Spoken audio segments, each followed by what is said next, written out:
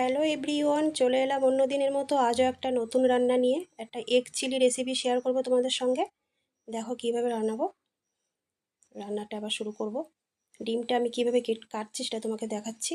দেখো, এইভাবে সুতোতে কেটে নেবে, তাহলে ডিমগুলো ভাঙবে না। এইভাবে 4 খণ্ড করে নিয়ে এবার উপর থেকে অল্প করে একটু কর্নফ্লাওয়ার, একটু লবণ দিয়ে দিলাম। দিয়ে একটা ব্যাটার তৈরি করে নেব। বেসন দিলাম, কর্নফ্লাওয়ার, লঙ্কার গুঁড়ো, গোলমরিচের গুঁড়ো, লবণ স্বাদ মতো দিয়ে একটু মিশিয়ে নিয়ে এবার আমি একটা ডিমও দিয়ে দেবো। দিয়ে একটু হালকা করে ভালো করে মিশিয়ে নেব। এবার জল দিয়ে অল্প করে একটু একটা মিক্স তৈরি করে নেব। এই দেখো, একটা ব্যাটার তৈরি করে নিয়েছি।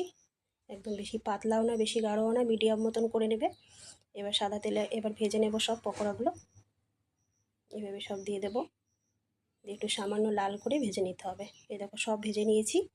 এবার রান্নাটা শুরু করব। ফ্রাইং প্যানে আমি সাদা তেল দিয়ে দিলাম, দিয়ে আদা কুচি, রসুন কুচি দিলাম, দিয়ে একটু লঙ্কা কুচিও দিয়ে দেবো, কাঁচা লঙ্কা কুচি। এবার হালকা নাড়িয়ে নিয়ে কিউব করে রাখা পেঁয়াজটা দিয়ে দিলাম, ক্যাপসিকামটাও দিয়ে দিলাম, টমেটো কুচি দিয়ে এবার হালকা করে একটু নাড়িয়ে নেব। খুব বেশি ভাজা ভাজা করতে হবে না।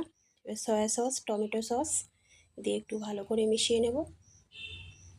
তারপর একটু চিলি সসও দিয়ে দেবো, দিয়ে আর একটু ভালো করে মিশিয়ে নেব। নিয়ে এবার আমি কর্নফ্লাওয়ারের জল গুলিয়ে রেখেছি দিয়ে দেবো।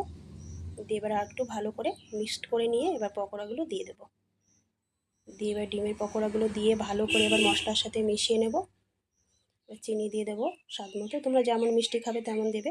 এই যে হয়ে গেছে আমাদের এগ চিলি রেসিপি। তোমাদের কেমন লেগেছে কমেন্টে অবশ্যই আমাকে জানিও। বাড়িতে ট্রাই করো। আবারও দেখা হবে নতুন রেসিপির সঙ্গে।